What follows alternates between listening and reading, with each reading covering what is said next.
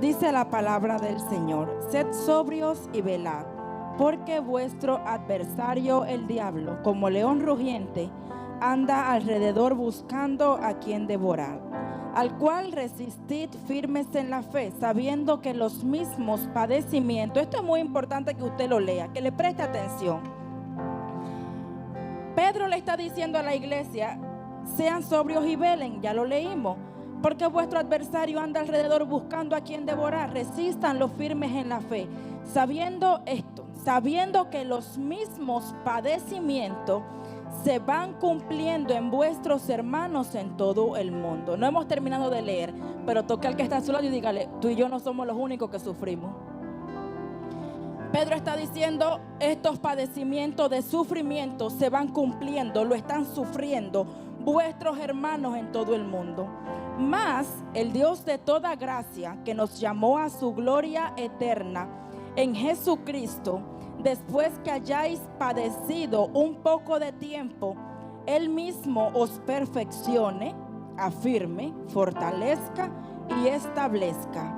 A Él sea la gloria y el imperio por los siglos de los siglos. Amén. Vamos a sentarnos, ya oré por la palabra. Esta palabra es muy necesaria en la iglesia de hoy en día, ¿verdad que sí? La palabra de Dios entera. Y esto Pedro le está diciendo a la iglesia: sean sobrios y velen, porque vuestro adversario el diablo, como león rugiente, anda alrededor buscando a quien devorar. Y yo le quería poner como tema a esta palabra: el león, el león nunca duerme. Se me olvida hasta eso. El león nunca duerme. Diga conmigo: el león rugiente, ¿verdad? Anda como león rugiente buscando a quien devorar. El león rugiente es Satanás en esta palabra, y Satanás nunca va a dormir. Y yo hoy, mientras me peinaba y confirmaba que lo que iba a predicar, yo decía, bueno, aquí está hablando Pedro. Pedro le está diciendo a la iglesia, le está mandando esta carta y le está diciendo: velen, sean sobrios, porque su adversario, el diablo, Satanás, tu enemigo, anda como león rugiente buscando a quien devorar. Pedro le manda a decir esto a la iglesia, pero Satanás nunca ha dormido. Diga conmigo: nunca ha dormido.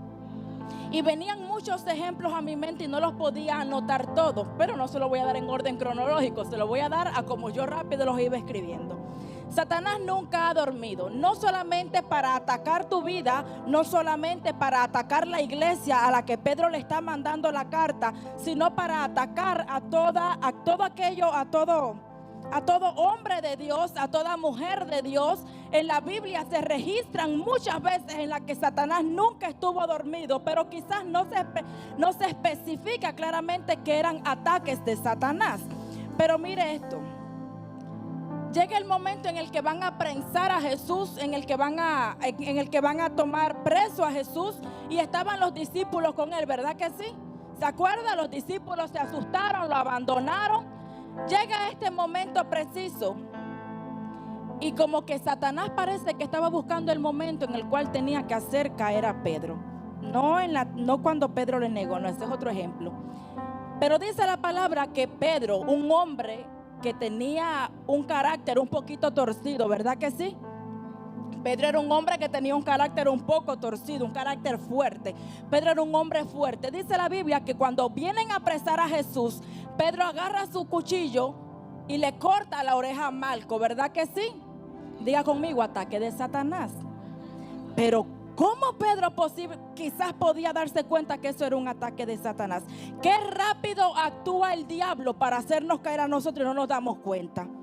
Y a veces decimos: fue mi culpa. Bueno, fue nuestra culpa porque estábamos desapercibidos, pero fue nuestra culpa porque no pudimos detectar el ataque que Satanás estaba planeando en nuestra contra, y fue tan rápido que nos hizo caer. Y viene Pedro y le corta la oreja a Malco, y Jesús corre y le dice: Pedro, el que a hierro mata, a hierro muere. Vamos a pegarle la oreja para que Satanás no te gane ventaja. Esa es una. Viene en ese momento y Satanás allí estaba esperando para hacer caer a Pedro. Dice la palabra que Jesús es tentado en el desierto. ¿Cuántos conocen esto? Jesús es tentado en el desierto con lo que posiblemente podía ser su debilidad. Diga conmigo, Satanás me va a tentar con aquello que puede ser mi debilidad.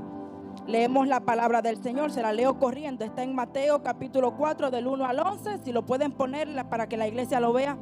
Entonces Jesús fue llevado al Espíritu al desierto para ser tentado por el diablo, y después de haber ayunado 40 días y 40 noches, diga conmigo, tuvo hambre. Después que él termina el ayuno, tiene hambre. Satanás no vino cuando él tenía 10 días de ayuno. Satanás vino cuando él los terminó, cuando él tenía hambre, cuando ya su carne necesitaba comida, cuando ya su carne necesitaba comer. En ese momento Satanás vino. Y dice la palabra, tuvo hambre y vino a él el tentador y le dijo, si eres hijo de Dios. Satanás es conocido por muchas cosas. Ahorita les voy a mencionar los nombres, pero Satanás es conocido por el tentador. En el momento de la tentación, quien se está manifestando a tu vida es el tentador. No es quizás Belcebú el que te quiere venir a corromper, es el tentador. Y dice la palabra que está Jesús allí en el desierto y viene el tentador. Se me perdió porque lo tengo en el teléfono ya. Y le dijo, si eres hijo de Dios, di que estas piedras se conviertan en pan. Tenía hambre y tenía el poder de convertirlo en pan también, ¿verdad que sí? Jesús tenía el poder de convertirlo, tenía hambre. Y Satanás con lo primero que lo tienta es, yo sé que tienes hambre. Satanás conoce tus debilidades. Que a veces decimos, no, Satanás no conoce nada de mi vida, Dios me tiene sellado. Mentira. Satanás conoce tus debilidades. ¿Sabes por qué? Porque se la manifestamos muchas veces, porque se la enseñamos muchas veces, porque le mostramos muchas veces que somos débiles, porque le mostramos muchas veces que tenemos miedo cuando nos vienen a ofrecer una botella de cerveza, porque le mostramos muchas veces que nuestro cuerpo se quiere mover cuando viene la música. Le mostramos nuestras debilidades. Entonces Satanás las conoce. Satanás va a saber siempre cómo venir a atacarte. Y Jesús tenía hambre y Satanás llega y le dice, convierte esta piedra en pan. Y él le dijo, no solo de pan vivirá el hombre. Usted lo conoce.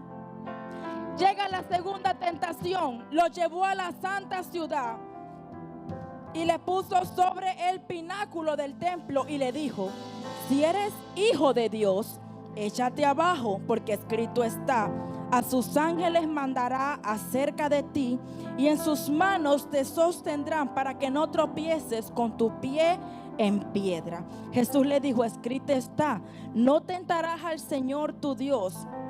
Diga usted, Jesús no podía haberse tirado y los ángeles no iban a venir por él. Lo iban a hacer. Pero el tentador está buscando cómo, en qué momento, cuál es tu mayor debilidad para atacarte, y te va a atrapar si no nos damos cuenta, y te va a atrapar si no nos agarra si no nos agarra desapercibido. Si yo estoy desapercibida, dormida, si no estoy velando, si no estoy fortalecida, Satanás me va a atacar. A Jesús no le pudo ganar. Y mira lo otro aquí en el teléfono. Otra vez le llevó el diablo a un monte muy alto y le mostró todos los reinos y la gloria de ellos. Diga conmigo, los reinos y la gloria de ellos. Y le dijo, todo esto te daré si postrado me adora. Aquel que lo había dejado todo, aquel que lo tenía todo, ¿verdad que sí? Él todo, dice la palabra del Señor que él se zafó de todo, él lo dejó todo por venir. Aquel a quien servían vino para servirte. Aquel que tenía todas las riquezas, aquel que mandaba, aquel que ordenaba, lo tenía todo. Y viene Satanás y le dice, te lo voy a dar todo. Jesús lo tenía todo. Pudo haber sido una tentación, porque él lo tenía todo, pero él lo dejó todo por venir a ti, por venir a servirme, por venir a morir por mí. Y Jesús le dijo, vete, Satanás, porque escrito está, al Señor tu Dios adorarás y a él solo servirás. El diablo le dejó y vinieron ángeles y le servían. Solo en el momento que Jesús venció la tentación. La palabra del Señor, no me acuerdo en qué libro, si es en Hebreo, no me acuerdo la verdad. Dice que los ángeles son ministradores. Los ángeles nos tienen que servir a nosotros, pero los ángeles no van a servir a alguien que está descarriado. Ay, pastora, pero yo estoy en la iglesia. Hay gente en la iglesia que está descarriada y usted conoce más que nadie su condición. Yo no la conozco porque yo no soy Dios, pero yo conozco mi condición y yo sé si estoy en condición de poder ser ministrada por ángeles. Yo sé en qué condición estoy y sé si los ángeles pueden servirme. No es ese, pero está por ahí. No son todos espíritus ministradores enviados para servicio a favor de los que serán herederos de la salvación. Diga conmigo, herederos de la salvación. Pero ¿cómo yo voy a ser heredera de la salvación? Yo tengo que mantenerme firme, porque una persona, el pastor lo predicaba el domingo pasado, el camino a la salvación. ¿Por cuántos lugares tenemos que pasar para entonces poder obtener esa promesa? Ahora, en el momento que yo me convierto en heredera de la salvación, porque me lo merezco, porque me lo gané, porque me porté bien, porque me cuidé, porque le fui fiel, porque no le fallé, en ese momento se cumple esta palabra. No son todos espíritus ministradores enviados para servicio a favor de los que serán herederos de la salvación. Los ángeles te sirven. Los ángeles te han servido y no te has dado cuenta muchas veces. Pero esa no es la prédica. Vino Satanás a tentar a Jesús. Mira, todo esto te lo doy. Espérate, pero si la palabra enseña que de Jehová es la tierra y su plenitud, ¿cómo yo voy a inclinarme? ¿Cómo Jesús se iba a inclinar a algo que él sabía que le pertenecía, pero que en el momento de la debilidad podía haber perdido la guerra, podía haber perdido la batalla? Cuando apresan a Jesús, Pedro lo niega. Y aunque luego se arrepintió, porque la palabra lo enseña, Pedro se arrepintió. Ahí estaba Satanás persiguiéndolo, esperando el momento en la debilidad, el momento del temor, el momento del miedo, en el que Pedro pudiera negar a Jesús. Aquel que tuvo la revelación de que Jesús era el Hijo de Dios, lo negó. ¿Por qué? Porque no se dio cuenta en qué momento Satanás iba a venir a negarlo. Dice la palabra del Señor. Aconteció al año siguiente, segunda de Samuel 11, 1 al 4. Estos son solamente unos ejemplos de cómo Satanás no está dormido, como muchos a veces piensan. Es que Dios está a mi favor, Satanás está en tu contra. Y Él está ahí, esperando a que tú a que te llegue el momento de la debilidad y quizás te preguntes, ¿será que de verdad Dios está a mi favor? Ay, el que está en tu contra se va a levantar más fuerte todavía. Mire esto. Aconteció al año siguiente, en el tiempo que salen los reyes a la guerra. Diga conmigo, en el tiempo que salen los reyes a la guerra.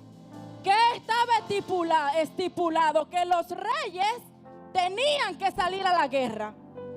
¿Qué Dios ha estipulado en tu vida que tú no lo estás haciendo? ¿Qué Dios te ha mandado a tu vida que tú no lo estás haciendo? ¿Acaso Dios te está pidiendo que sirvas, pero todavía no quieres afirmarte lo suficiente como para servir? Mira lo que le sucede a David. Aconteció al año siguiente, en el tiempo que salen. Samuel tenía que dejar eso plasmado. En el tiempo que salen los reyes a la guerra, que David envió a Joab y con él a sus siervos y a todo Israel, y destruyeron a los amonitas y sitiaron a Rabá, pero David se quedó en Jerusalén. Pero David, el rey, el que tenía que salir en el tiempo en el que los reyes salen a la guerra, David decide quedarse en Jerusalén. Y sucedió un día, al caer la tarde, diga conmigo, tinieblas. Los que son del día no tropiezan. Los que andan en el día no tropiezan. Los que andan en la luz no tropiezan. Pero en el momento que va a caer la tarde, en el momento que las tinieblas se están aproximando, en el momento en el que las tinieblas están despertando, dice que David se levantó de su lecho. Estaba dormido el hombre. Y el cristiano no puede dormir nunca. El cristiano nunca debe dormir. Y se paseaba, me voy rápido porque cada que leo encuentro algo. Y se paseaba sobre el terrado de la casa real y vio desde el terrado a una mujer que se estaba bañando, la cual era muy hermosa. Envió David a preguntar por aquella mujer y le dijeron: aquella es Betsabé, hija de Elián, mujer de Urías Eteo. Y envió David mensajero y la tomó y vino a él y se durmió con ella. Luego ella se purificó de su inmundicia, se volvió a su casa. Entonces David envió a decir a Joab: envíame a Urías Eteo. Y Joab envió a Urías a David. Usted conoce la historia. Viene Urías a David. David le pregunta: ¿cómo estás? Mira, porque el hombre sabía lo que había hecho. Ve, siéntate con tu mujer, acuéstate con ella, disfruta la noche, relájate de la guerra. Pero Urías, un hombre de Dios, dijo: no, si aquellos están peleando, ¿cómo yo me voy a ir a disfrutar? ¿Cómo yo me voy a ir a relajar? La palabra enseña que David no durmió siquiera en su casa. David quería taparlo, pero ya no podía, ni Dios se lo iba a permitir tampoco. Dice la palabra que en el momento que Urías vuelve de nuevo a la guerra, envía una carta. Se lo voy a decir con mis palabras. David envía una carta a Joab, y la carta decía: ponga a Urías en el frente de la batalla para que muera, porque ya el pecado estaba hecho. Pues ¿qué habrá dicho David? Forniqué, adulteré, vamos a matar también. Cuando hemos cometido pecados, ¿verdad que sí? No hay mejor ejemplo que David como ejemplo de la gracia, de la misericordia del Señor. Dios nos perdona siempre y cuando nos arrepintamos. David, un hombre que cargaba muchos pecados atrás, arriba podríamos decir, era un hombre que tenía un corazón conforme al de Dios. Pero eso no es oportunidad para pecar. Usted conoce la historia. David, un hombre que tenía que haber salido a la guerra, pero que no salió. Y vino Satanás esperando, como que esperaba en el momento: espérate, que este hombre tiene un corazón conforme al de Dios, yo voy a esperar pacientemente para hacerlo caer. Yo voy a esperar pacientemente para hacerlo fornicar. Yo voy a esperar pacientemente para hacerlo adulterar. Yo voy a esperar pacientemente para hacerlo matar. Un hombre que tenía que haber salido a la guerra, pero que parece que en ese momento no recordó que el diablo nunca duerme, que Satanás nunca duerme, que su adversario nunca está dormido. Tenemos que despertar, iglesia. Tenemos que despertar de ese sueño en el que a veces estamos, porque Satanás no está dormido. Él sabe cómo atacarte y él sabe cómo ganarte también. Gracias a la misericordia infinita de Dios que nos fortalece, pero Satanás sabe cómo destruirte. ¿Y por qué Satanás me destruye a veces a alguna gente en la iglesia, pastora? ¿Por qué Satanás destruye a hombres de Dios, destruye a pastores, destruye a profetas? ¿Por qué lo hace? Porque nos confiamos tanto que no nos damos cuenta de cómo Él me está atacando. Porque a veces ahí estaba Jesús, en el momento de su mayor debilidad, tenía hambre, lo que más necesitaba. Con eso Satanás vino a tentarlo. ¿Qué es lo que más necesitas en tu vida? ¿Qué es lo que más ahorita tú estás pidiéndole con tanta fuerza? Con eso Satanás puede venir a tentarte. Pastora, yo quiero una casa. Satanás puede venir y darte mucho trabajo para que te descuides de la presencia de Dios. Pastora, es que yo quiero... ¿Qué le puedo decir? Un ejemplo. Yo quiero un carro. Satanás va a venir a tentarte. Satanás va a venir a tentarte para que tú descuides lo más importante en tu vida. Porque lamentablemente lo que siempre sacrificamos es la presencia del Señor, ¿verdad? Uno no sacrifica más nada. Usted no sacrifica, ¿qué podemos decir? Usted no va a sacrificar un hijo. Usted no va a sacrificar su trabajo. Mire, libre le dio. ¿Qué es lo que más sacrificamos? Al Señor. ¿Qué es lo que más sacrificamos? La presencia. Espérate, yo quiero comprarme mi casa. Me están dando mucho trabajo. Eso es bueno. Es una bendición que el Señor me está permitiendo tener. Entonces, ¿qué es lo que voy a sacrificar? Las horas. No, es que Dios me entiende. Dios no te entiende. ¿Tú sabes quién te entiende? El diablo. Ese sí te entiende perfectamente. Ese sí te va a dar su mayor aprobación. Descuida la presencia de Dios. Aquello que más anhelamos, aquello que más necesitamos, es con lo que Satanás va a venir a tentarnos. Sed sobrios y velad, porque vuestro adversario el diablo anda como león rugiente, buscando a quien va a devorar. Mire esto, ahora sí. Muevo aquí para cuando vuelva al teléfono. Hay una historia muy, muy bonita, una vez la conté, y es de un joven que acostumbraba, un joven pastor que acostumbraba mucho ir a los hospitales a predicar, a orar por los enfermos, a conversar con los enfermos, a darle esa palabra de ánimo que muchas veces le damos a alguien, ¿verdad que sí? ¿Usted la ha dado? Todos le hemos dicho, anímate, Dios te ama, Dios te levanta, Dios te ayuda, Dios te va a fortalecer. Ese hombre acostumbraba ir al hospital para orar por los enfermos. Ese hombre estaba cumpliendo con lo que él tenía que hacer, todo un predicador. Pero cuenta la historia que en un momento determinado ese hombre cae en un hospital. Lo que él hacía ya no puede hacerlo porque él se enferma. Y es en el momento cuando él está en el hospital que viene alguien más a predicarle, viene alguien más a orar por él, viene alguien más a tomarle la mano, viene alguien más a decirle, Dios te va a sanar. Y dicen que este pastor que estaba enfermo, el que estaba enfermo, le dice, bueno, yo por mucho tiempo estuve haciendo eso que tú estás haciendo también. Estuve yendo a los hospitales, estuve orando por los enfermos, estuve dándole una palabra de ánimo, estuve predicándole. Ahorita yo soy el que estoy enfermo. Entonces yo voy a probar, yo voy a experimentar si todo lo que yo le he dicho a la gente es verdad. ¿Cómo cuesta, verdad que sí? Ahorita yo voy a saber si todo lo que yo estuve predicando, si todo lo que yo estuve enseñando es una teoría o es una realidad. En el momento en que tú experimentas a Dios, ¿cuánto han experimentado a Dios? ¿Cuánto han experimentado la mano de Dios obrando a su favor? La mano de Dios obra de distintas maneras. Dios restaura, Dios sana, Dios salva, Dios te cambia, Dios trae a tu familia, Dios trae a tu esposo, Dios te entrega un ministerio, Dios te pone a servir, Dios te pone a predicar. Hay varias maneras, así que yo creo que todos lo hemos experimentado. Y si alguno dice que no, pues ahorita le hacemos la oración de confesión. Porque si yo he experimentado algo de la mano de Dios, es que Dios me salvó, ¿verdad que sí? Es que estoy aquí por su gracia y por su misericordia. Ah, pastora, yo no he estado enferma, pero te salvó. Pastora, pero todavía mi esposo no está aquí, pero te salvó. Todos hemos experimentado la mano de Dios obrando a nuestro favor. Y en ese momento en el cual experimentamos a Dios y a su palabra en nuestras vidas, ya yo no necesito discutir con alguien y decirle, es que Dios es real. No, yo no puedo discutir. Yo sé que mi Dios es real. Yo sé que mi Dios fortalece. Yo sé más que nadie que mi Dios perdona. Yo sé más que nadie que mi Dios limpia. Entonces yo no voy a discutir contigo. Si tú crees que Dios no lo hace, pruébalo. Esa es la experiencia que viene. Ese es el testimonio que viene de una experiencia. Eso es lo que estaba queriendo decir aquel pastor.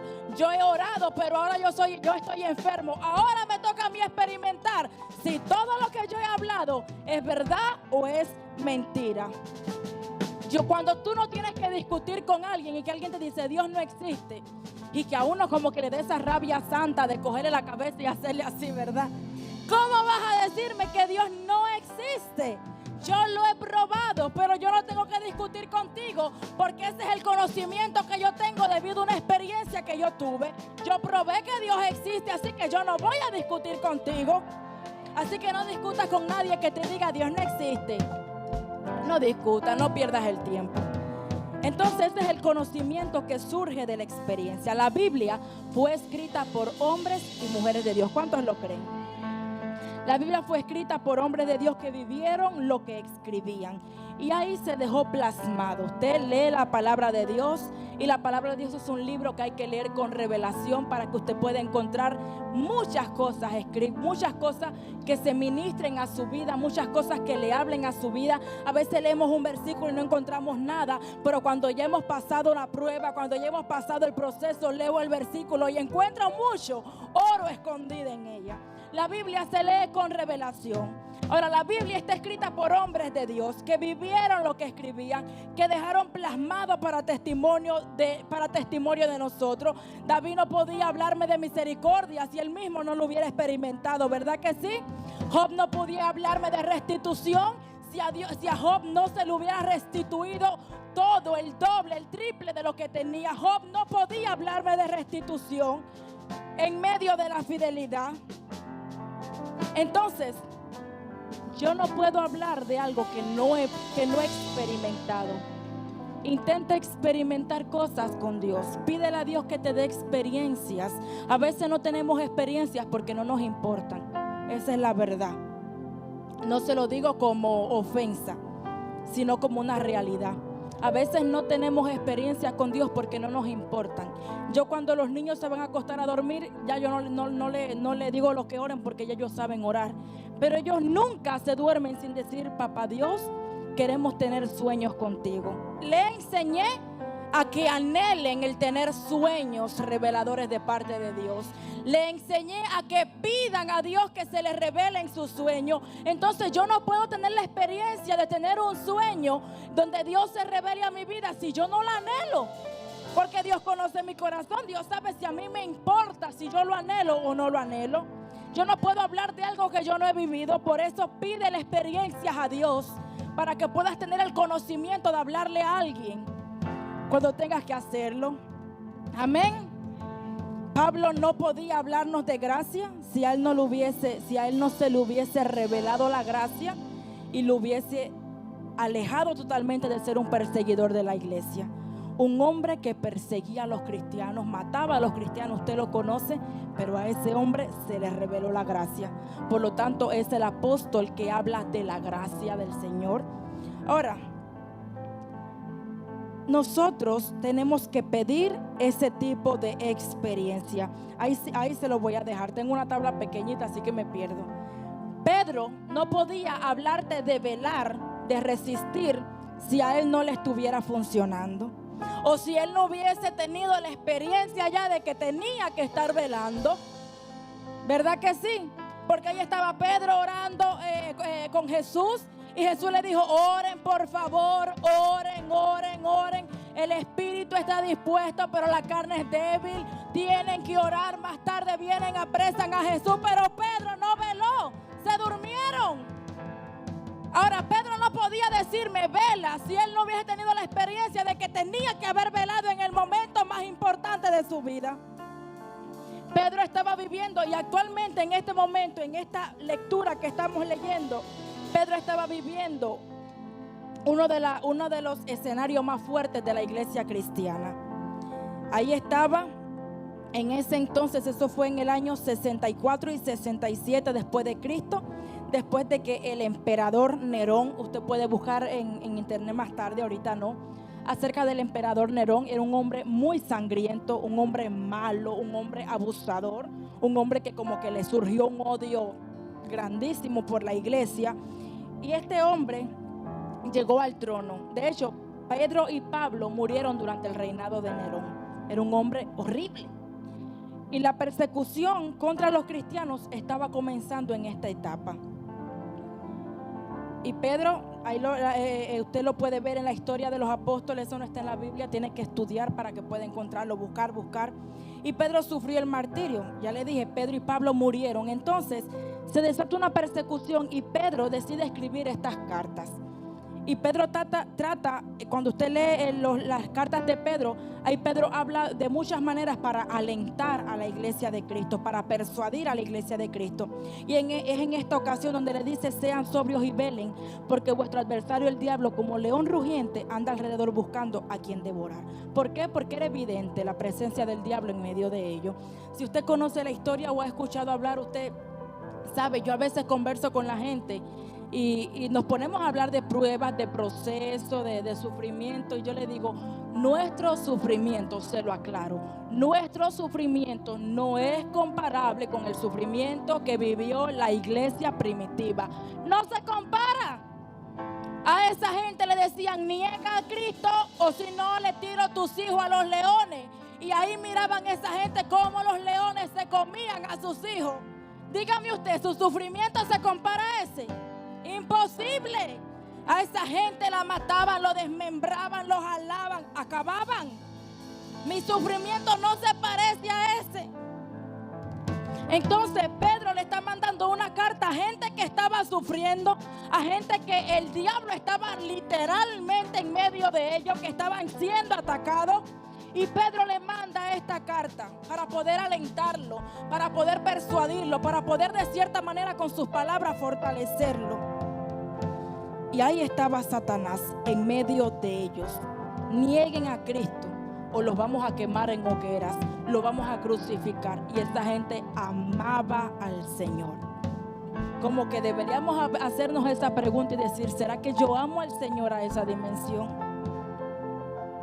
Y eso no es una opción. No. Es obligatorio. Amarás al Señor con todo tu corazón, con toda tu mente y con toda tu alma. No es una opción. Hay que amar al Señor.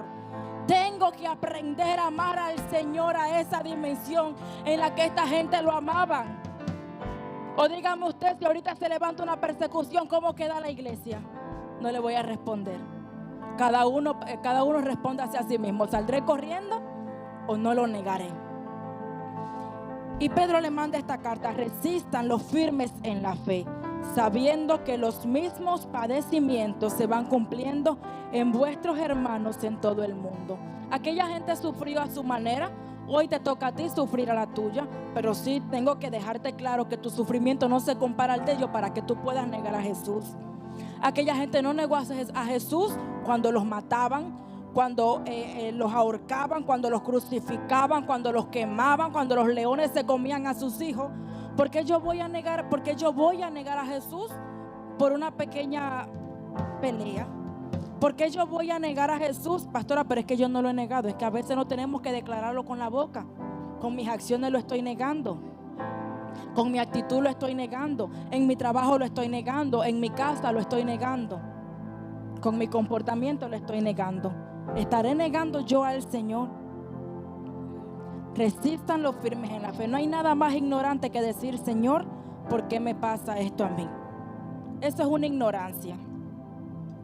Yo recuerdo muy en claro que cuando mi papá murió, habían muchos amigos que eran también traileros de las rastras esa grandona. Mi papá tuvo un accidente y en ese accidente falleció. De hecho, mañana creo que cumpliría años él. Mi papá tiene ese accidente y habían muchos traileros.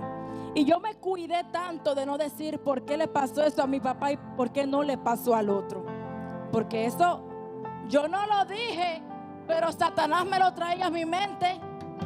No crea que no, que la pastora es la perfección. En primer lugar, yo no era pastora cuando eso. Pero Satanás me lo traía a mi mente. Y literalmente yo decía, no lo puedo decir. ¿Cómo le voy a desear mal yo a otro? Porque eso es desearle mal al otro. Eso es desear que el otro se hubiese muerto y no el que me tocó a mí. Entonces, ¿cómo yo puedo... qué ignorancia yo decir por qué a mí y no al otro? Pedro me lo está diciendo. Los padecimientos se van cumpliendo en todos sus hermanos en todo el mundo. Estos sufrimientos se están cumpliendo en todos sus hermanos en todo el mundo. Y gloria a Dios que lo que están sufriendo la gente que ahorita está siendo perseguida, no le estamos sufriendo nosotros aquí. Y gloria a Dios que esa gente que tiene que aprenderse la Biblia de memoria porque no le permiten tener una Biblia en su país, no lo estamos sufriendo nosotros aquí. Pero ¿cuál sería mi posición si esto lo pusieran aquí? ¿Cuál sería mi posición si yo estuviera viviendo en medio de una de estas persecuciones? No hay nada más ignorante que decir ¿por qué me pasa esto a mí? Eleven oración en acción de gracia, pero el cristiano muchas veces eleva oración para decirle ¿por qué a mí? Y no para decirle gracias Padre, porque todo lo que pasa, los que aman a Dios obran para bien. Pero ¿será que yo estoy amando a Dios para que eso obre para bien en mi vida? Pero esa no es la prédica, me voy de ahí. No hay nada más ignorante que decir eso. Te lo enseño para que, porque a veces lo hacemos, dejemos de hacerlo. Usted no lo hace, pastora. Realmente ahorita no tendría que sentarme a pensar, pero sí te dije ya que Satanás lo trae muchas veces a la mente. Ay, pero ¿por qué la iglesia está así? ¿Por qué aquella no? ¿Por qué tenemos que cuestionarnos tanto? Démosle gracias a Dios. Y si las cosas no están viniendo de parte de Dios, sino que están viniendo como consecuencia de nuestras acciones, entonces arreglemos nuestras acciones para que no vengan esas consecuencias. Entonces, El primer paso para resistir es siendo sobrio y velando. Ser sobrio le han dado muchas veces el significado aquí ya en la iglesia, ¿verdad? ¿Alguien me puede decir qué significa ser sobrio? Rápido, más o menos, sobrio. ¿Qué significaría ser? El pastor no está aquí. ¿Cómo qué? Que esté en su cinco sentidos, ¿verdad? Cuando uno mira a un borracho, uno qué va a decir. O cuando uno mira ya que se le quitó la borrachera, ahorita está sobrio. Entonces uno no puede estar en ese como drogado. El cristiano no puede estar así. Estamos y no estamos, estamos y no estamos. No, hay que estar sobrio, despierto, atento todo el tiempo. Sean sobrios y velen. Velar significa vigilar atentamente o estar de guardia, mantenerse despierto, ser prudente, estar atento, estar listo y ser cauteloso. Una de las advertencias más importantes que da el Nuevo Testamento es velando en todo tiempo. Es el hecho de que tienen que velar. ¿Me está prestando atención? Hay que velar. Así que ahorita despierte. Si usted siente que se quiere dormir, reprende ese espíritu. Hay que velar. Número 1, Primera de Tesalonicenses 5, del 5 al 6. Porque todos vosotros sois hijos de luz e hijos del día. No somos de la noche ni de las tinieblas. Por tanto, no durmamos como los demás, sino velemos y seamos sobrios. Parábola de la venida del Hijo del Hombre. Mateo 24, 42. Velad pues, porque no sabéis a qué hora ha de venir vuestro Señor. Parábola de las 10 vírgenes. Velad pues, porque no sabéis el día ni la hora en que el Hijo del Hombre ha de venir. Mateo 25 lo encuentra. Jesús le pide a Pedro, Jacobo y Juan que oren con él en el Getsemaní. Eso fue antes de que apresaran a Jesús, lo que hablábamos ahorita. Velad y orad para que no entréis en tentación. El espíritu a la verdad está dispuesto, pero la carne es débil. Corintios 15 dice: velad debidamente y no pequéis, porque algunos no conocen a Dios. Para vergüenza vuestra lo digo. Oye lo que Pablo le está mandando a decir a la iglesia: velen para que no pequen. Habían gente que estaban pecando en la iglesia, y Pablo le está diciendo: esa gente que está pecando, que no está velando, no conoce a Dios. Y tengo que decirlo aunque les dé vergüenza. Pero a veces no conocemos a Dios porque estamos pecando, porque estamos dormidos. No terminamos de conocer a Dios porque estoy dormida. Tengo que estar alerta, iglesia. No te conformes con lo poco que has conocido a Dios. Dios es demasiado Dios y tú tienes mucho que conocer de Él. A veces nos conformamos con venir a la iglesia y sentarnos. No te conformes con eso. Dios tiene mucho para ti. Primera de Corintios 16, velad, estad firmes en la fe, portaos varonilmente y esforzaos. Varonilmente quiere decir valientemente, no se está refiriendo a un hombre. Entonces, la exhortación a velar en la Biblia es una de las advertencias más importantes que se le da a un cristiano. Diga conmigo: necesito velar. Mi anhelo es que usted se lleve esta palabra en su corazón. Amén. Y que yo no me vaya aquí sin garganta para que usted no se recuerde después.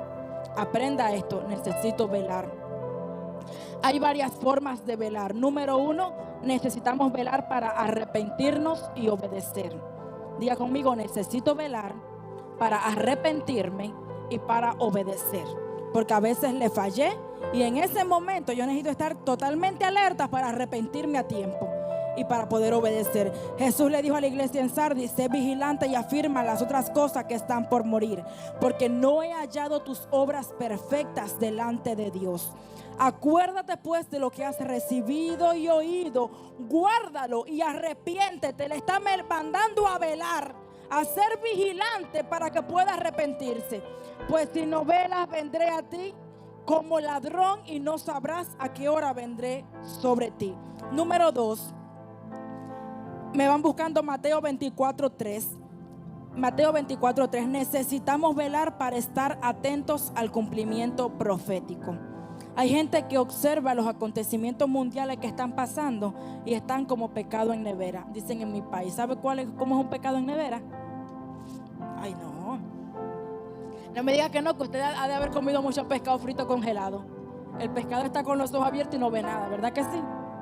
A veces así está la iglesia. Está como pescado en nevera, con los ojos abiertos y no está mirando nada. Y miles de cosas están pasando a nuestro alrededor. Y miles de cosas están pasando mundialmente. Y no nos damos cuenta que son acontecimientos proféticos. Y que por eso siempre le decimos: Él está más pronto a venir que cuando creímos. Él está muy cerca, Él está a la puerta. Pero como estoy dormido, yo no me acabo de dar cuenta.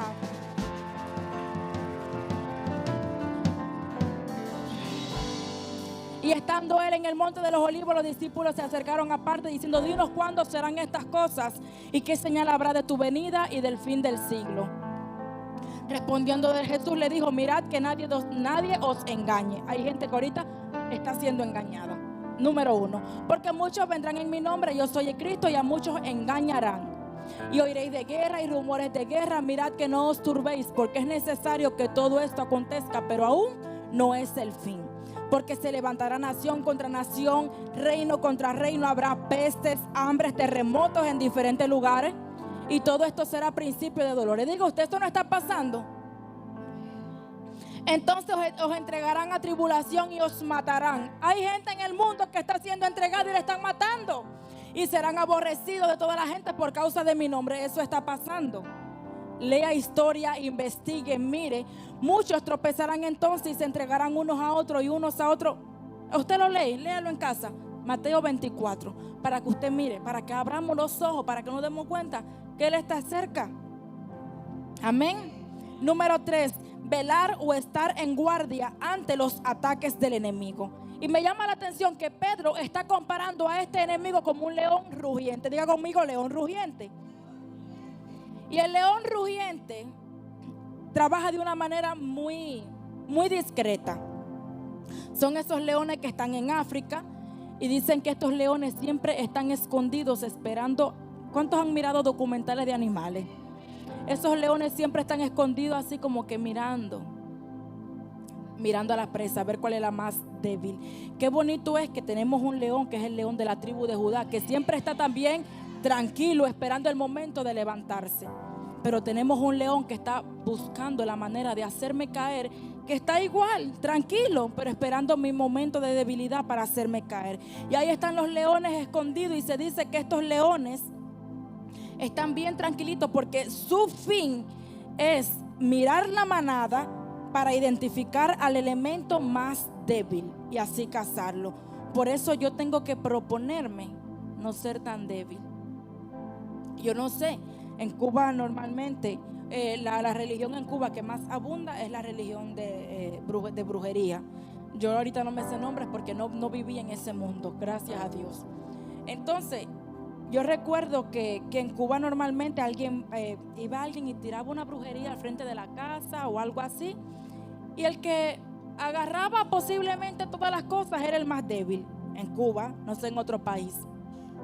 Cuando llevaban a uno a santiguar o que lo llevaban a darle 3 ojazos para que le quitaran lo que había agarrado a causa de la brujería, pues que se daban cuenta de que era el más débil de la familia.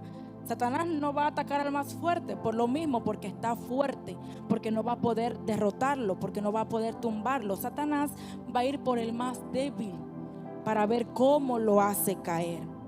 Entonces yo tengo la tarea, la obligación de que en medio de mi debilidad buscar la fortaleza del Señor, fortalecerme en el Señor, acudir al Señor. No es justificación ser una persona débil, no. El cristiano no puede ser débil. Solamente los violentos arrebatan el reino de los cielos. Si yo soy débil, yo no voy a poder lograr nada en la vida. Eso no aplica solamente a la iglesia. Una persona débil no logra nada afuera tampoco. Una persona débil es difícil que levante un negocio porque es débil, porque rápidamente se rompe, porque rápidamente se quiebra, porque rápidamente se entristece. Una persona débil es imposible que levante una familia fortalecida, hijos fuertes. Entonces la debilidad es ¿cómo decir? Un arma que le entregamos al enemigo, tanto aquí como afuera también. No podemos ser débiles. Eso es lo que está buscando el enemigo, la debilidad. Entonces, la razón por la que Satanás es tan efectivo al momento de influir en la iglesia, Porque, como diría Pablo, para vergüenza tenemos que decirlo, Satanás es efectivo. Nos ataca y nos gana. No podemos decir lo contrario. ¿A cuánta gente Satanás no está dominando ahora mismo dentro de la iglesia? ¿A cuánta gente Satanás no tiene en sus manos dentro de la iglesia? ¿A cuánta gente Satanás no la suelta dentro de la iglesia? Pero es que le estoy dando todo el poder para que él haga conmigo lo que él quiera. Entonces, ¿por qué Satanás es tan efectivo? Porque lo es. Es porque normalmente nosotros no sospechamos de los ataques de Satanás. No sospechamos. Si David hubiese estado despierto, David se hubiese dado cuenta que iba a fornicar, que iba a adulterar, que le iba a fallar al Dios que lo había sacado de la nada. Estaba pastoreando ovejas y viene y le da todo un reino. Pero estaba dormido. David no sospechó que era el diablo que ahí mismo le estaba atacando. Entonces, pregúntate, ¿por qué Satanás es tan efectivo en mi vida? ¿Por qué Satanás me viene, me hace la guerra y me la gana también para remate? Porque estoy dormida, porque no estoy velando. Necesitamos estar despiertos, iglesia. Escudriñese, hágase un análisis. Mire en qué área de su vida Satanás puede tomarle ventaja y fortalezcase en ese área. Satanás me hace la guerra a la hora de adorar. Fortalécete en la adoración entonces. Satanás me hace la guerra, pastor, a la hora de leer la Biblia. Tráncate y léela aunque no entiendas nada, aunque te desconcentres. Pastora, Satanás me hace la guerra a la hora de orar. Ponte a orar aunque sea cantar en medio de la oración, pero hazlo. Esas áreas en las que Satanás te está ganando ventaja. Pastora, Satanás me quiere ganar ventaja con una mujer. Aférrate a la tuya entonces. Encuentra esas áreas en las que Satanás te puede ganar ventaja. Encuéntralas, descúbrelas y fortalécete en ellas, para que Satanás no sea efectivo en tu vida. A veces esos ataques no nos damos cuenta porque parecieran venir de un enemigo que no existe. Parecieran venir de un enemigo que es invisible. Y siempre lo digo, el mundo invisible es mucho más poderoso que el mundo en el que estamos viviendo. Este mundo de hecho se va a destruir, pero el invisible no. El invisible va a permanecer. ¿Por qué será? Descubre esas áreas, porque tu enemigo existe. Satanás no va a venir y te va a tocar la puerta y te va a decir: hola, soy yo, Satanás, ¿puedo atacarte? Qué fácil fuera, ¿verdad? O que viniera la tentación y que viniera con una carta: esto viene de parte de Satanás. ¿Por qué nos dieron libre albedrío? Tenemos la decisión de vencer la tentación o de irnos a favor de ella. Nos dieron libre albedrío. Y no va a venir una carta diciéndote: hola, soy yo, Satanás, vengo a atacarte, vengo a tentarte, vengo a hacerte la guerra. No, eso no va a pasar así. Satanás va a venir a atacarte de muchas formas. Satanás va a venir a atacarte sutilmente, quizás en formas de ideas, quizás en formas de impulsos, quizás en formas de consejo. ¿Qué consejo estás recibiendo? Me gusta mucho siempre hablar de eso, porque a veces recibimos consejos y como es el consejo que yo quería, no me estoy dando cuenta que es el consejo que está viniendo de parte de Satanás. Porque es que, pastora, la hermanita me hizo algo. Yo fui miembro, no hablo ahorita aquí por ningún miembro, sino porque yo también fui miembro y lo viví. La hermanita me está haciendo algo. No, es que ella es así. Satanás, no es que ella es así. Aprende a amarla como sea. Aprende a amarla, porque como mismo la hermanita tiene defecto. Ay, pero es que yo tengo un montón también, si me conocieran. Yo tengo muchos defectos. Satanás va a venir en forma de consejo. ¿Qué consejo estoy recibiendo para mi matrimonio? ¿Qué consejo estoy recibiendo quizás para mis hijos? No sé, en mi trabajo. Satanás puede venir en forma de consejos. Y son consejos que queremos recibir, pero que no están acorde a la voluntad de Dios. Satanás va a venir en forma de estados de ánimos, de atracciones, de algo que no te será fácil distinguir. Por eso, quien único puede distinguir las cosas espirituales es aquella persona que está en el espíritu. Si yo no estoy en el espíritu, claro, Es imposible, se lo digo clarito. Es imposible que usted pueda detectar los ataques del enemigo.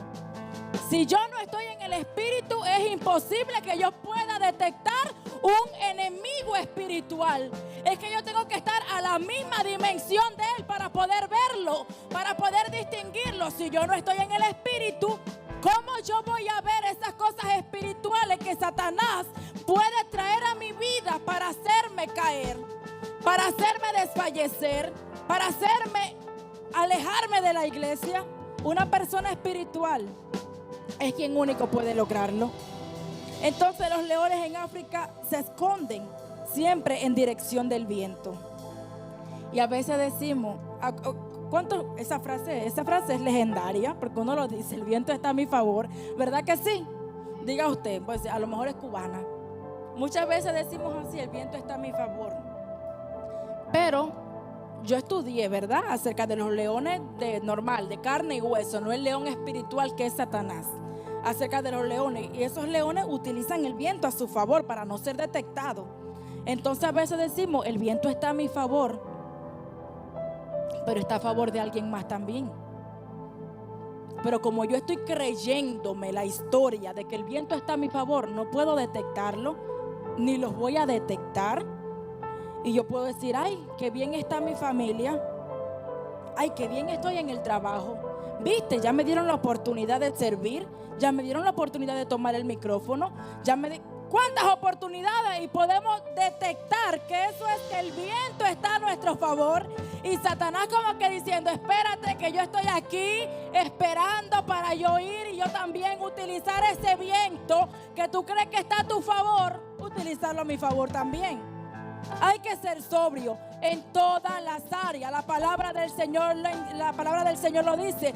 El que cree que está firme, mire que no caiga, porque tenemos la posibilidad de caer. Oh, es que yo creo que estoy firme, el viento está a mi favor, todo está obrando para bien.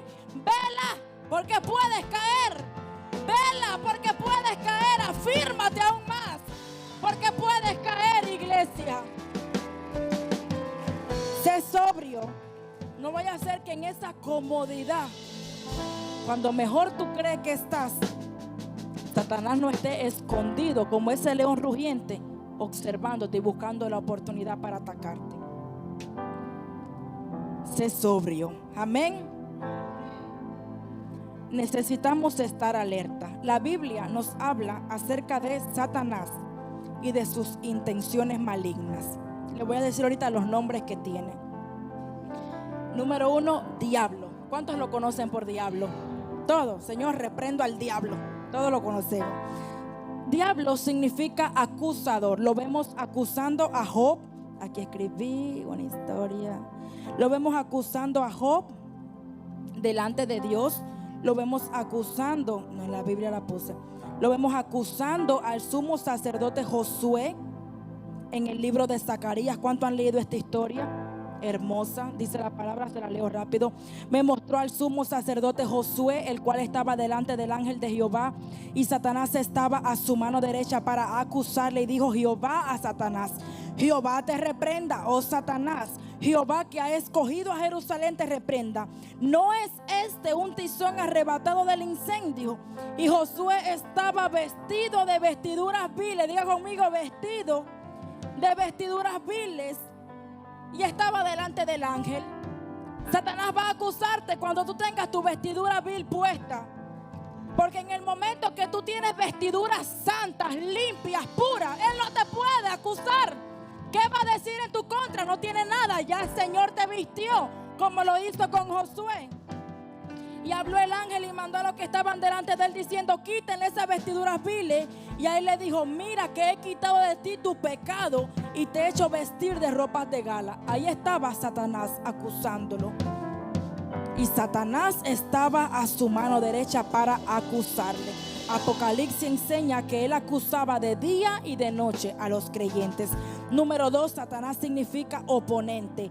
Él se opone siempre a la obra de Dios y al progreso del cristiano. Satanás siempre se va a oponer. Satanás no descansa. Yo quiero que usted entienda esto.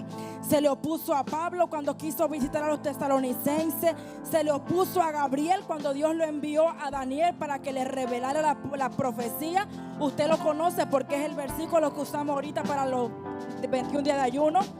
Tentador, Él es quien nos tienta para que caigamos en el pecado. Lo hizo con Jesús en el desierto. Tentó a Eva en el huerto del Edén, ¿verdad que sí? Tentó a David para que se instara al pueblo y no confiara en Dios. Tentó a Jesús en el desierto, el tentador. Él va a venir a tentarte con aquello que más tú anhelas. Ahí estaba Eva, el huerto del Edén, el único árbol que le dicen, de este no puedes comer. Fue con el único que Satanás vino a decirle, come, que ese está rico, ese te va a dar sabiduría. Satanás vendrá a tentarte con aquello que más tú anhelas, con aquello que más tú deseas. Ok, Belcebú, señor de las moscas. Lucas 11:15 lo puede encontrar. ¿Qué quiere decir esto? Que todo lo que toca lo corrompe. En él no hay pureza. De hecho, Salomón dijo, las moscas muertas echan a perder el perfume del perfumista. Pero algunos de ellos le decían a Jesús, por Belcebú, príncipe de los demonios, echa fuera a los demonios. Ahí usted encuentra el nombre. El que se disfraza de ángel de luz. 2 Corintios 11, 12, 14. El que se disfraza de ángel de luz. 2 Corintios 11, 12 al 14. Generalmente Satanás se va a presentar como bueno. Por eso es que tienes que identificar qué consejo estás recibiendo. Porque a lo mejor tú crees que es el consejo correcto y no lo es. Mas lo que hago lo haré aún para quitar la ocasión a aquellos que la desean, a fin de que en aquello en que se glorían sean hallados semejantes a nosotros. Porque estos son falsos apóstoles, obreros fraudulentos, que se disfrazan como apóstoles de Cristo. Y no es maravilla, porque el mismo Satanás, diga conmigo, se disfraza como ángel de luz. Pastora, pero Pablo estaba hablando de gente que predicaba también. Lea su Biblia, escudriñe su palabra, para que usted no pueda ser engañado y no le prediquen algo que no se encuentra en la palabra. Porque somos engañados por eso, porque lo más fácil que hay es sentarme a escuchar y no estudiar yo. Porque cuesta estudiar, díganmelo a mí, cuesta estudiar. Lo más fácil que hay es sentarse, díganme y no estudio. Por eso es que la gente es engañada, porque no estudia, porque se deja llevar por todo lo que escucha. El príncipe de este mundo, Juan 14:30, la Biblia dice que el mundo está bajo el control del maligno. No hablaré ya mucho con vosotros porque viene el príncipe de este mundo y él nada tiene que ver en mí. El príncipe de la potestad del aire, Efesios 2, versículo 2. Él tiene el gobierno temporal y gobierna este mundo a través de sus potestades malignas, en los cuales anduviste en otro tiempo siguiendo la corriente de este mundo, conforme al príncipe de la potestad del aire, el espíritu que ahora opera en los hijos de desobediencia. Qué fuerte, pero me quiero ir. Apolión o Abadón es el destructor. Apocalipsis 9:11. Su intención es destruir. Y tienen por rey sobre ellos al ángel del abismo, cuyo nombre en hebreo es Abadón y en griego es Apolión. ¿Qué significa, pastora, esto? Destructor. ¿Sabe por qué Jesús, Pedro y Pablo advirtieron constantemente la necesidad de velar? Porque nosotros como cristianos cometemos un grave error, y es que ignoramos muchas veces las acechanzas del diablo. Ignoramos muchas veces los ataques del diablo. No lo sabemos conocer. Por eso es que tienes que aprender a conocer tu enemigo. Nadie, cuando dos ejércitos se iban a enfrentar, tenían que estudiar al ejército contrario, ¿verdad que sí? Tenían que estudiar cuál es. De hecho, enviaban gente que se infiltraran para poder conocerlo, porque tenían que conocer cuáles eran sus tácticas, cómo operaban, cómo peleaban, qué armamentos tenían. Pero yo no conozco al diablo y creo que le voy a ganar así. No, aprende a conocer que él va a venir a tentarte, va a venir a destruirte. Ahí los nombres que les di, si alguno lo anotó, si no después se lo mando. Que él va a venir a dañarte. Ignoramos sus acechanzas. Le voy a decir y usted apunta los versículos. Y si me lo ponen ahí, le agradezco. Satanás miente y es el padre de la mentira. Juan 8:44. Ese es uno. Vosotros sois de vuestro padre el diablo, y los deseos de vuestro padre queréis hacer. Él ha sido homicida desde el principio y no ha permanecido en la verdad. Es un mentiroso. Número 2, él ciega la mente de los incrédulos. Segunda de Corintios 4:4. Él ciega la mente de los incrédulos. 4:4, versículo 4. Número 3, en los cuales el Dios de este siglo cegó el entendimiento de los incrédulos para que no les resplandezca la luz del evangelio de la gloria de Cristo. Hay gente en la iglesia que la luz del evangelio no le ha resplandecido. Sencillo. Número 3, él se disfraza con traje de luz y de justicia. Segunda de Corintios 11:13-15, fue la que ya la leímos ahorita. Número 4, Satanás hace señales y maravillas. Segunda de Tesalonicenses 2:9, esa me interesa, porque es lo mismo. A veces somos engañados porque no estudiamos y porque miramos a alguien que quizás hace señales, milagros, pero ¿dónde están los frutos de esa persona? No podemos llevarnos tan fácil. Hay que escudriñar. Inicuo, cuyo advenimiento es por obra de Satanás, con gran poder, señales, prodigios y prodigios mentirosos. Satanás hará señales y maravillas. Número 5, Satanás tienta a la gente a pecar. Ya lo estudiamos, no le voy a hablar más de eso. Satanás va a tentar. Número 6, Satanás arranca la palabra de Dios del corazón de la gente y ahoga la fe.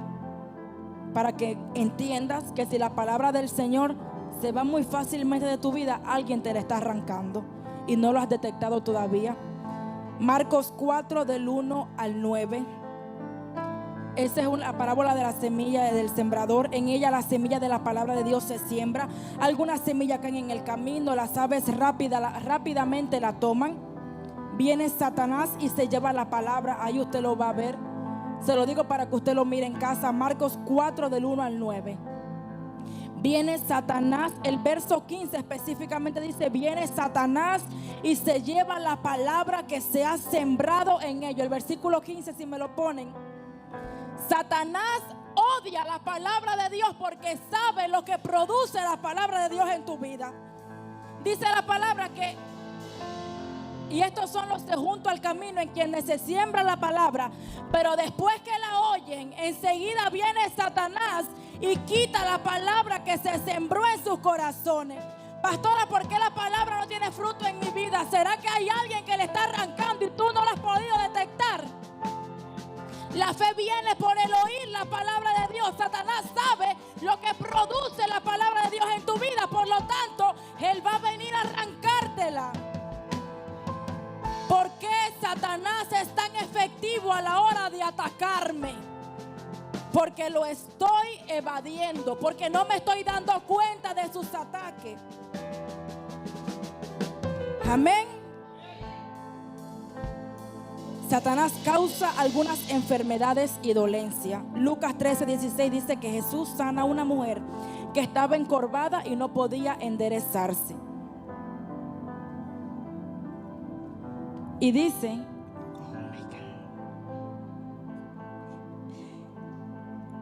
y no podía enderezarse. Y dice la palabra del Señor, eso está en Lucas 13:16, que vienen y cuestionan a Jesús. ¿Por qué hiciste eso? Lo empiezan a criticar porque Jesús, como era Jesús, lo hizo en pleno sábado, donde se suponía que no se podía hacer nada, día de reposo. Y dice la palabra que Jesús le dice: esta hija de Abraham, a la que Satanás ha tenido atada durante 18 largos años. Satanás la tenía enferma. Hay gente que Satanás la tiene enferma. Y si Satanás la tiene enferma, Cristo puede liberarlo. Pero como no me estoy dando cuenta que es Satanás quien me tiene enferma, no peleo. Hay gente que Satanás la tiene enferma, pero hay gente que no. Ahí estaba aquel ciego. ¿Quién pecó, este o sus padres? Ninguno. Nació así para que el Hijo del Hombre se glorificara. Ese no estaba enfermo por obra de Satanás. Pero hay gente que está enferma. Jesús lo dijo. a quien Satanás la tiene atada durante 18 largos años. Hay gente que está siendo atada, enferma por obra de Satanás. ¿Y qué pasa, pastora? ¿Que será que los pastores no tienen suficiente poder para liberarlas? No, porque a veces queremos echarle todo a los pastores, todo a los líderes. Pero ¿qué hay de mi trabajo? ¿Qué hay de mi obra? ¿Qué estoy haciendo yo para que Dios me mire? ¿Qué estoy haciendo yo para que Dios me vea? ¿Qué estoy haciendo yo para que Dios me liberte? ¿Qué estoy haciendo yo para que Dios me sane? ¿Qué estoy haciendo yo para que Dios me escoja de entre la multitud? Satanás causa enfermedades y dolencia. Satanás es un asesino. Apocalipsis 2:10. Juan dice, no como Caín, que era del maligno y mató a su hermano. Eso está en primera de Juan 3:12. Jesús le dijo a la iglesia en Apocalipsis 2:10, a la iglesia en Esmirna: he aquí el diablo echará a alguno de vosotros en la cárcel. Sé fiel hasta la muerte. Satanás iba a matar a mucha de esa gente. Sé fiel hasta la muerte y te daré la corona de la vida. Satanás lucha contra los planes de los misioneros. Primera de Tesalonicenses 2:17. Esa se la dejo ahí. Satanás acusa a los cristianos delante de Dios. Apocalipsis 12:10. No se la voy a leer porque conocemos que Satanás es un acusador. Amén. Del 12 al 10 en adelante usted lo va a encontrar. Satanás es orgulloso.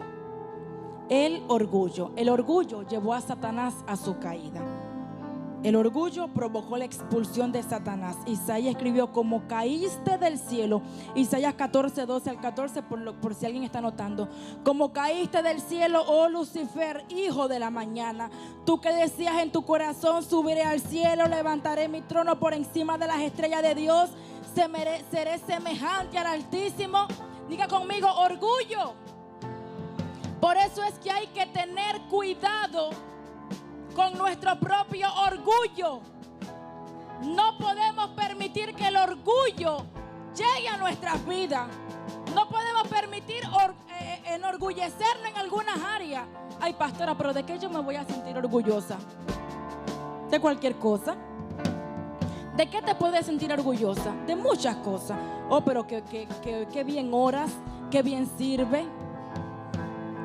De muchas maneras podemos sentirnos orgullosos. Qué bien predica. ¿Por qué tengo que estar cuidando que el orgullo no venga a tocar mi vida? No solamente en la iglesia, hay gente afuera de la iglesia. Hay gente que son cristianas, que están afuera y que no sé, tienen quizás negocio, están empezando algo. Satanás va a venir a visitarte con el orgullo. ¿Qué me puedo enorgullecer del carro que tengo? Algo tan sencillo. ¿De qué me puedo enorgullecer de la casa que Dios quizás me dio? Algo tan sencillo. ¿De qué me puedo enorgullecer? Tenemos que tener cuidado del orgullo, porque Satanás va a venir a tentarnos con el orgullo. No solamente con el orgullo de que bien canto, ¿no?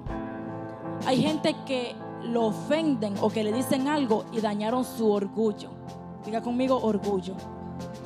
Se dañaron. Me ofendió. Y es como que el orgullo de un hombre, por ejemplo, se daña. O el orgullo de uno como mujer se daña. Satanás va a venir a atacarte también ahí. Te dañaron el orgullo. Satanás va a utilizarlo para desanimarte. Satanás va a utilizar en el que esa persona me ofendió, me dañó el orgullo. Pues déjalo ahí. Que Satanás lo va a utilizar para que tú para que tú creas en tu corazón de que tú eres quien tienes la razón y de que esa persona, de que tú no debes ir a pedirle perdón a esa persona, sino que esa persona tiene que venir a pedirte perdón a ti. Diga conmigo: el orgullo. Satanás va a venir a atacarte a través del orgullo. Satanás hará lo que tenga que hacer para hacerte caer. Amén. Satanás va a venir a atacarte. Le hago una historia rápido, que esa usted la ha escuchado. Creo que el pastor se la ha hecho también. Se cuenta que hay un viajero que está pasando por unos pueblos.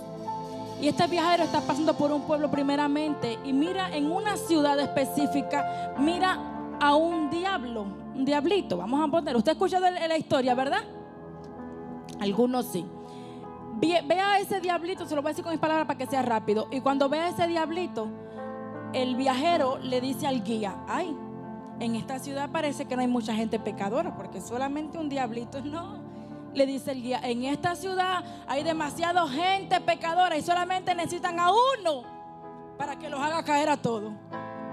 Sigue pasando, sigue caminando, y van a otra ciudad donde solamente ven a un anciano, y alrededor de ese anciano miran 7 diablitos. Vamos a ponerle 7 espíritus. Y miran 7 espíritus, y el viajero le dice al guía: bueno, ese anciano debe ser un pecador grande cuando hay 7 que están persiguiendo. Y viene el guía y le dice: no, ese anciano es el único justo de esta ciudad. Ese anciano es el único hombre que no han podido hacer caer. Por eso es que tienen que emplear 7 para ver si encuentran la manera de hacerlo caer. Identifica cuántos espíritus Satanás está enviando a tu vida para hacerte caer. Identifica en qué áreas, iglesia, Satanás va a venir a atacarte. Tenemos que examinarnos. A veces no queremos examinarnos, no queremos mirarnos. Hazlo por tu bien, para que Satanás no te gane ventaja. Amén. Quiero decirles rápidamente esto: Satanás te va a atacar deliberadamente, porque Satanás te quiere dañar. Si la gente supiera las cosas que Satanás quiere hacer con tu vida, Satanás no solamente quiere dañar, Satanás quiere matarte literalmente. Satanás quiere destruirte. Si Satanás te agarra débil en algún momento de tu vida y te empieza a atacar y te está ganando la guerra, lo próximo que Satanás querrá hacer es matarte literalmente, para que tu alma se pierda. Así de grandes son los ataques de Satanás que muchas veces ignoramos. Y muchas veces decimos: bueno, pues lo que se va a levantar es hacerme la guerra quizás en el hogar. Satanás quiere mucho más. Lo de Satanás no es hacerle la guerra a los cristianos. Lo de Satanás es que los cristianos pierdan su alma. Satanás no quiere llevar al mundo solamente a tenerlo humillado y a tenerlo metido en drogas y en alcohol. No, Satanás quiere que la gente pierda su alma. Cuando la gente pierde su alma, ahí Satanás está obteniendo victoria. Amén. Satanás quiere matarte. Sé sobrio y vela. Sé sobrio y vela. Pedro lo está hablando. Porque Satanás cada día va a enviar un anuncio al infierno para decirles en qué te tienen que hacer caer. No hay día que Satanás no esté velando. Amén. Hay una necesidad de resistir a los ataques de Satanás. Quiero decirles rápidamente esto: pastora, ¿cómo puedo estar firme en la fe? Armas espirituales para vencer al enemigo. Ahorita se lo decía, nadie espiritual podrá vencer a Satanás. Nadie. Por eso conozco la iglesia a la que pastoreamos, y con toda autoridad les digo: fortalezcas en el Señor. Porque si Satanás te está ganando ventaja, por algo es. Fortalécete en el Señor. Fortalécete en el Señor. Vela, está firme. Espiritualízate. Hay gente que llega a la iglesia y empieza a adorar como que sabrá Dios a quién le están adorando. Sensibiliza tu espíritu. Nadie que no sea sensible en su espíritu va a poder discernir los ataques de Satanás. Y a uno a veces como que le entra esa rabia espiritual porque ve a una iglesia dormida que está peleando con el hermano, que está peleando con el hijo, que está peleando en el trabajo, pero tu lucha no es contra ellos. Y uno se molesta porque no abren los ojos y no se dan cuenta que mi lucha no es contra carne ni sangre. Hay un enemigo que te quiere matar. Hay un enemigo que te quiere destruir. Hay un enemigo que estás ignorando. Ay, no, pastora, pero es que usted no sabe en el trabajo. Olvídate del trabajo. Espiritualízate para que mire más allá de lo que está sucediendo ahí. Ay, pastora, que lo que está pasando en mi mente, espiritualízate para que descubra lo que está sucediendo en tu mente. Espiritualícense, iglesia. Hay gente que tiene sueño. ¿Cuántos no han tenido sueño? Y Dios se les revela y es por gusto. Hay que sensibilizar al espíritu para que vea cuando Dios te está hablando. Porque Dios en su misericordia nos habla, nos da señales, pero estamos dormidos. Estamos dormidos. Armas espirituales, voy rápido. Efesios 6 del día al 18. Para poder estar firmes en la fe y no caer, Pablo nos exhorta a colocarnos toda la armadura de Dios, fortalecidos en el Señor y en el poder de su fuerza. El próximo.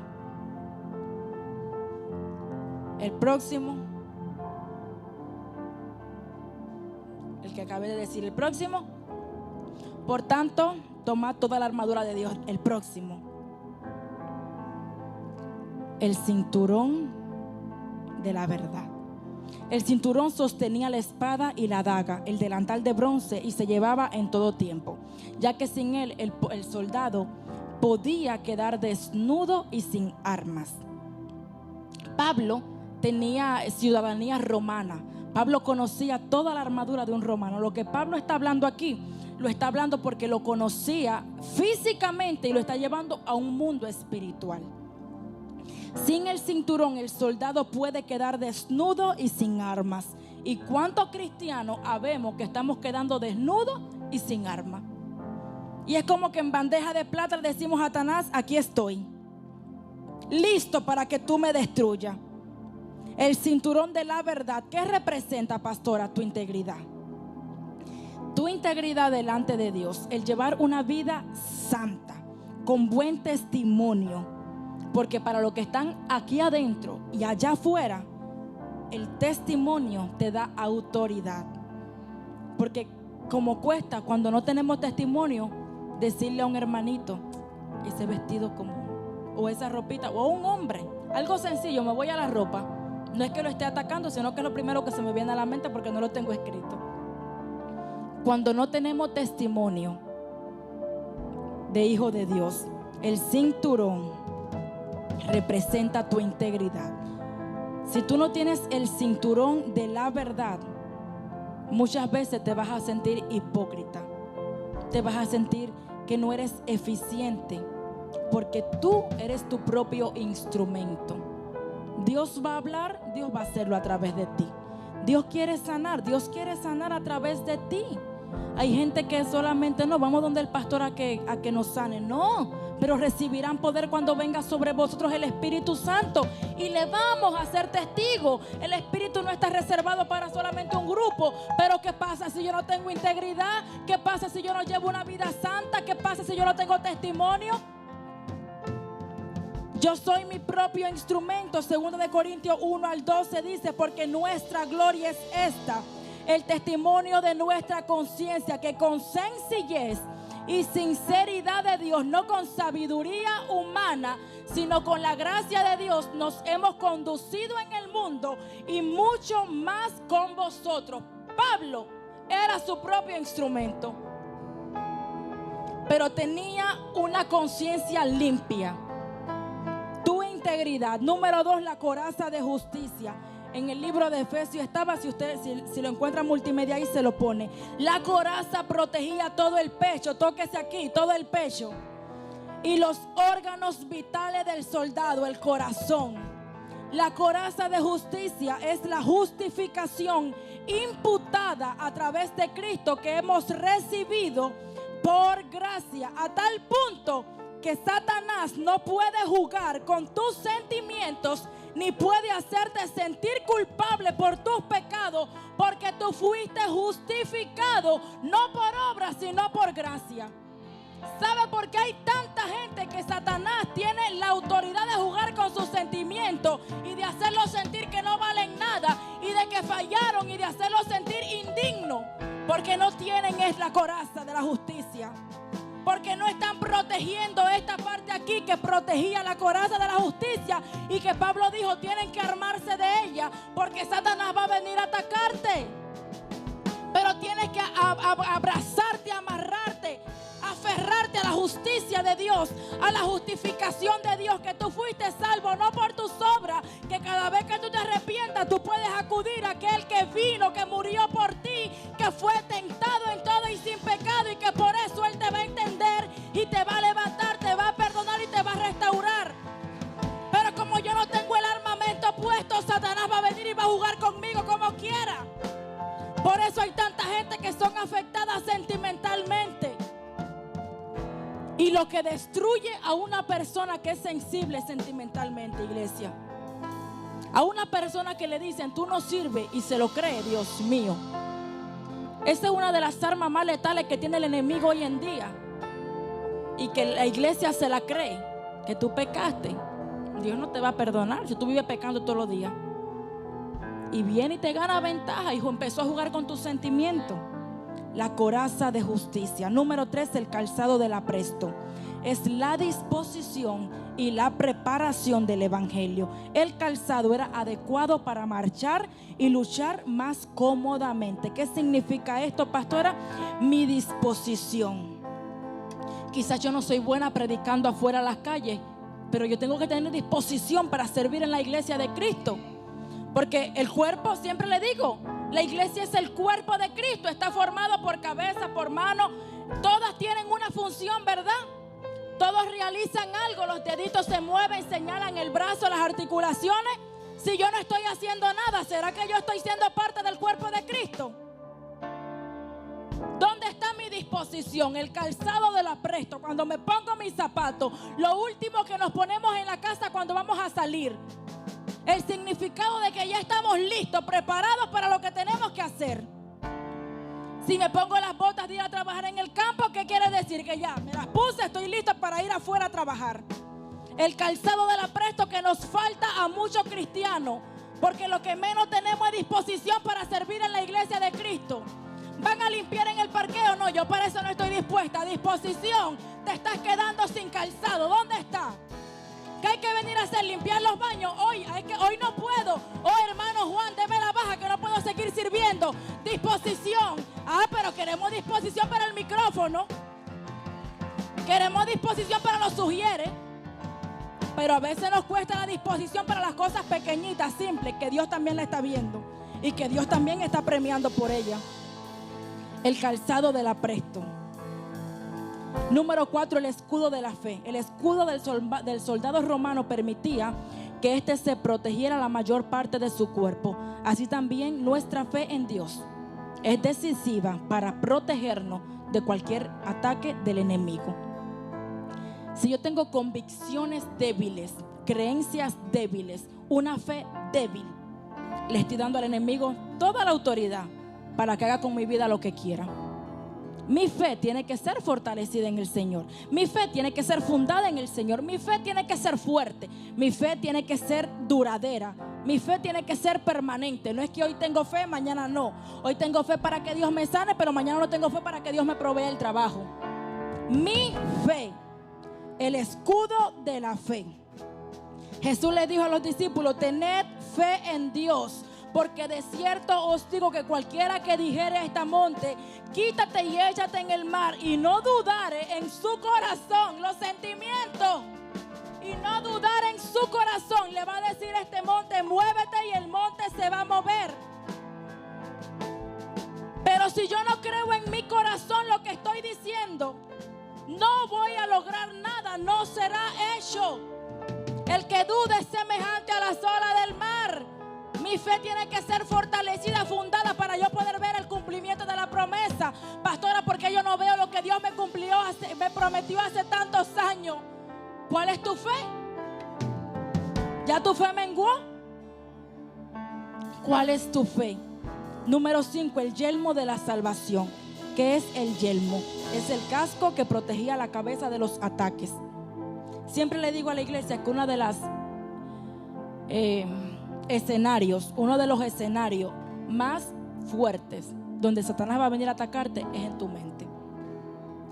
Si lo que Satanás te logre sembrar en tu mente como pensamiento, lo vas a reflejar a través de acciones.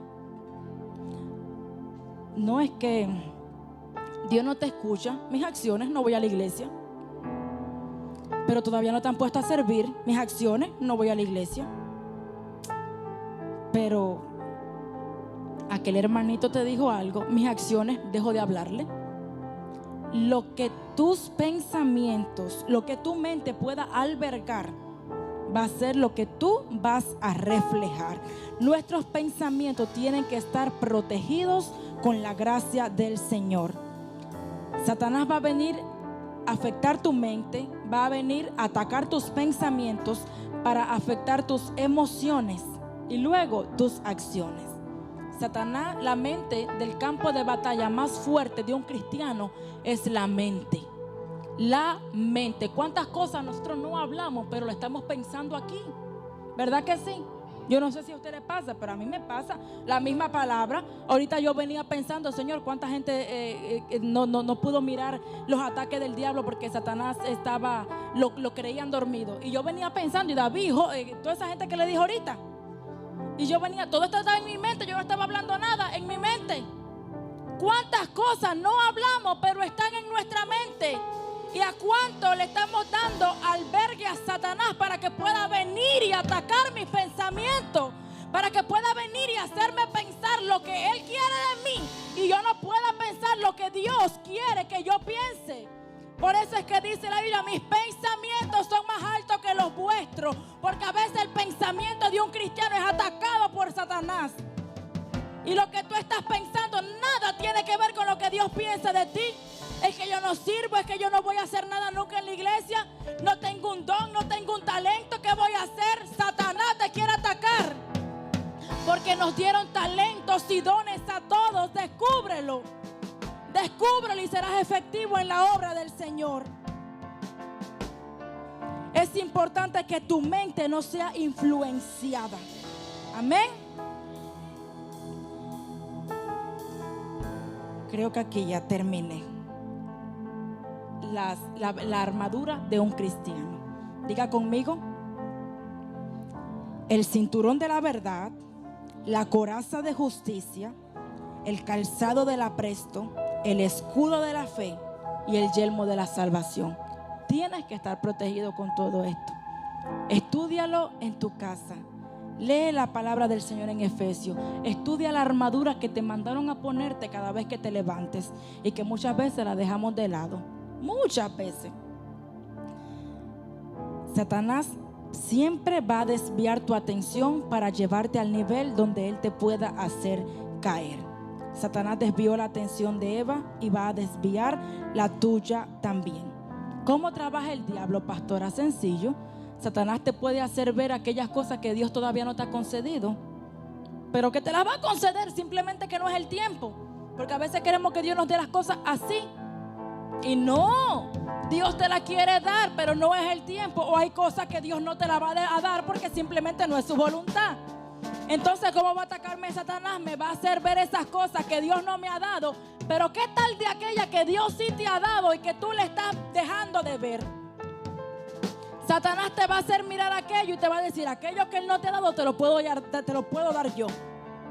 Aquello que Dios no te ha dado te lo puedo ofrecer yo. Y puede que te lo ofrezca y puede que te lo dé, pero como no era el tiempo te va a destruir. Como no estabas preparado te va a destruir. Ay, es que yo me voy de esta iglesia porque no me dan la oportunidad. Te vas para otra, te dan el micrófono y con aquel micrófono te puedes perder. Ay, es que ustedes son los mejores pastores. No, no somos los mejores pastores.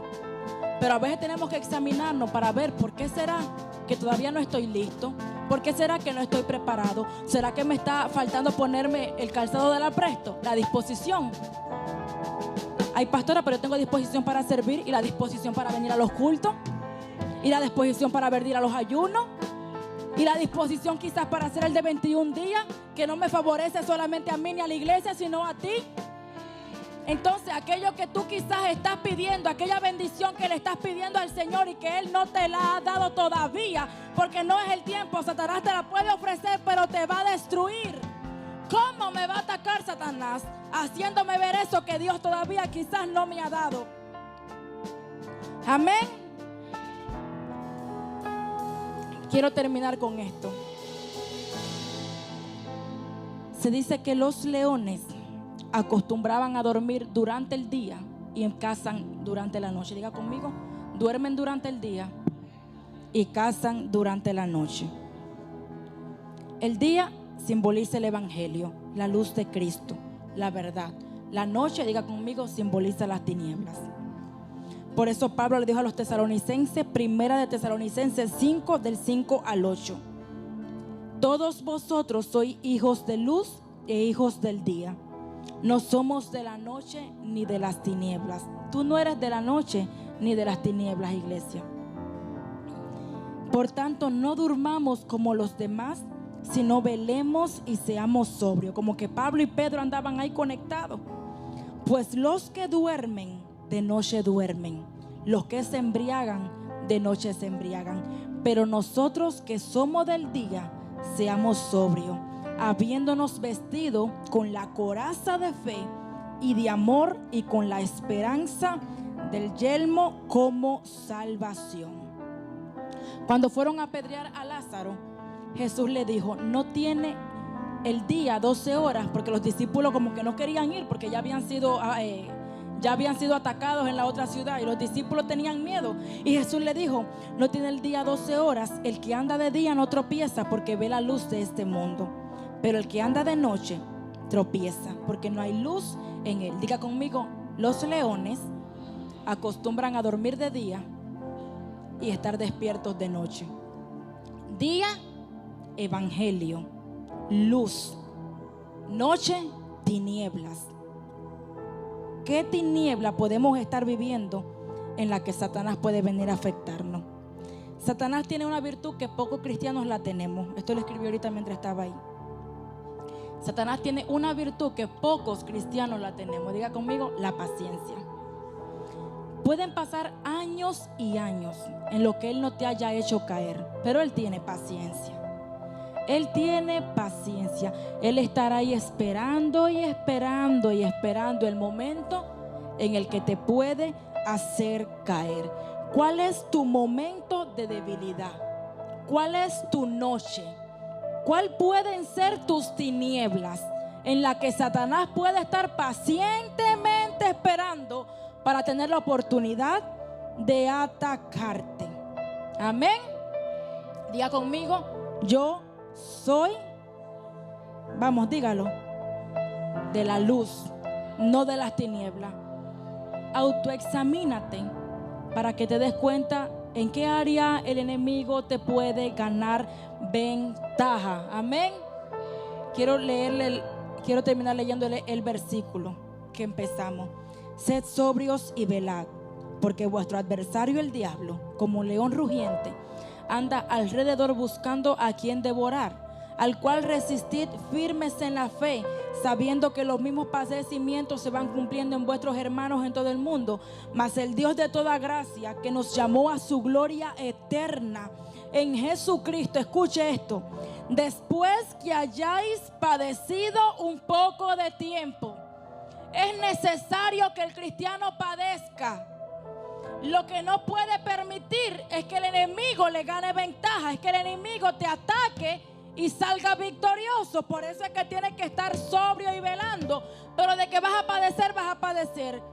Y después que hayas padecido, Él mismo te perfeccione. Él mismo te perfeccione, te afirme, te fortalezca y te establezca. Dios te quiere perfeccionar. Por eso es que Pablo le dijo a los Filipenses 1:6: estando persuadido de esto, que el que comenzó en vosotros la buena obra, la va a ir perfeccionando hasta el día de Jesucristo. Él te quiere perfeccionar. Perfeccionar, acabar enteramente una obra. Él quiere acabar la obra que comenzó en ti. Pero tienes que velar, tienes que resistir, tienes que padecer padecimiento, porque a veces, como vienen los padecimientos a la vida de un cristiano, ¿qué es lo primero que hacemos? ¿A quién es el primero que sacrificamos? La iglesia. Espérate, que si la vida era más fácil afuera que aquí adentro, me voy mejor para afuera. Si era más sencillo allí, si allá afuera a mí no me atacaban, si allá afuera yo no sufría, si allá afuera yo lo único que hacía era que tomaba, que disfrutaba con mis amigos y no me pasaba nada, me voy para afuera. No queremos padecer. Y Y Pedro le está diciendo, tienen que padecer un poco de tiempo. Puede ser, a veces decimos, pastora, pero este poco no termina. A lo mejor nunca va a terminar. No te miento, a lo mejor tu padecimiento nunca va a terminar, pero es que tú tienes que tener esperanza que lo que te está esperando, aquello eterno, vale la pena padecer la vida entera en esta tierra. Pero no queremos padecer la vida aquí. ¿Y cómo? Yo quiero disfrutar una vida eterna. Ay, pastora, pero como padezco, no te voy a mentir. A lo mejor el padecimiento es por un cortito tiempo, pero a lo mejor es para la vida entera. Pero tienes que tener tu esperanza en aquello que es eterno. Cuando tú pongas tus ojos en lo que es eterno, los padecimientos que están pasando en esta tierra lo vas a ver sencillo. Él te quiere perfeccionar, afirmar, fortalecer y te quiere establecer también. Amén.